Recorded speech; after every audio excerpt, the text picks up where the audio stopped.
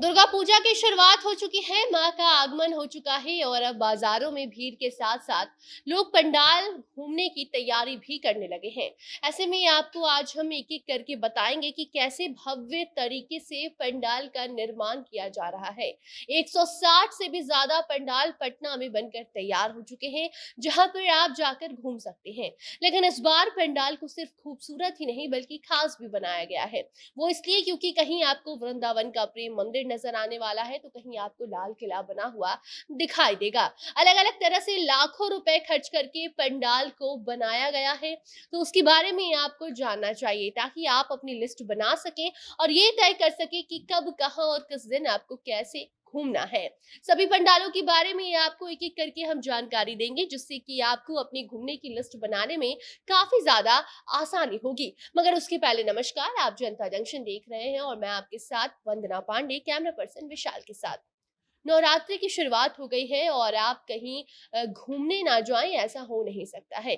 और वैसे भी पटना में हर साल अलग अलग तरह के पंडाल बनाए जाते हैं, जहां दूर दूर से लोग घूमने आते हैं। ऐसे में इन पंडालों को बनाने में भी ऐसे कारीगरों का हाथ होता है जो ना सिर्फ बिहार के होते हैं, बल्कि वो खुद दूसरे राज्य से बिहार आकर काम करते हैं। खासकर बंगाल से कारीगरों को बुलाया जाता है और यहाँ पर भव्य तरीके से पंडाल को तैयार करवाया जाता है। हाल ही में आपको हमने बताया भी था कि गया में किस तरीके से वैष्णो देवी के तर्ज पर पंडाल बनाया जा रहा है। एकदम गुफानुमा घुमावेदार पंडाल बन रहा है, जहाँ कोई भी 11 रुपए का कूपन लेकर घूमने जा सकता है।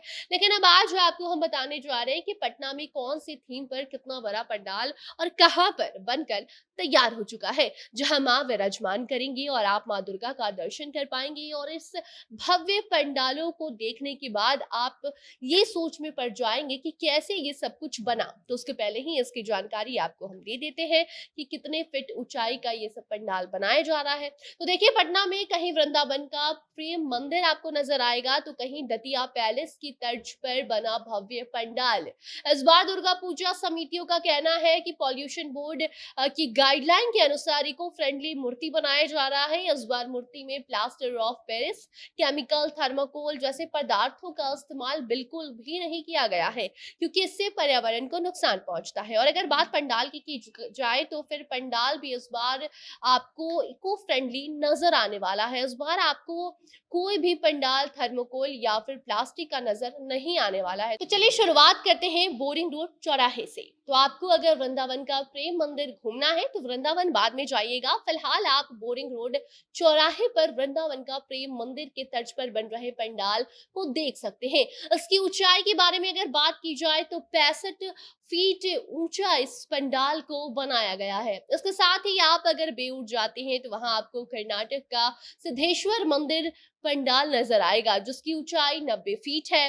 डाक बंगला चौराहे पर पंडाल का जो थीम है, वो राजस्थान का प्रसिद्ध सरस्वती मंदिर है, जिसको 95 फीट की ऊंचाई पर बनाया गया है। बोरिंग कैनाल रोड पर बना पंडाल बद्रीनाथ मंदिर की थीम पर है, जिसकी ऊंचाई 35 फीट है। तो वहीं अब अगर आप डिफेंस कॉलोनी कंकरबाग में आते हैं, तो यहाँ आपको चंद्रयान पंडाल नजर आएगा, जिसकी ऊंचाई 40 फीट है। और ये जो पंडाल है, वो काफी ज्यादा खास बताया जा रहा है। तो वहीं इकबालपुर सिपारा में गुजरात का द्वारिकाधीश मंदिर पंडाल है, जो कि 105 फीट का बनकर तैयार हो चुका है।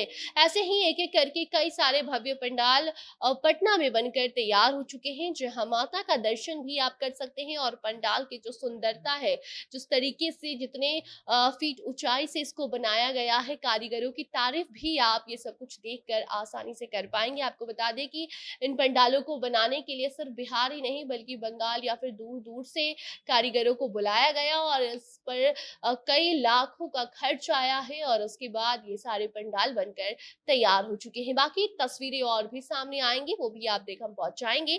तो आप अपनी प्रतिक्रिया दे सकते हैं इन तस्वीरों को देखकर। वीडियो को शेयर कीजिए और बाकी खबरों के लिए देखते रहिए जनता जंक्शन। धन्यवाद।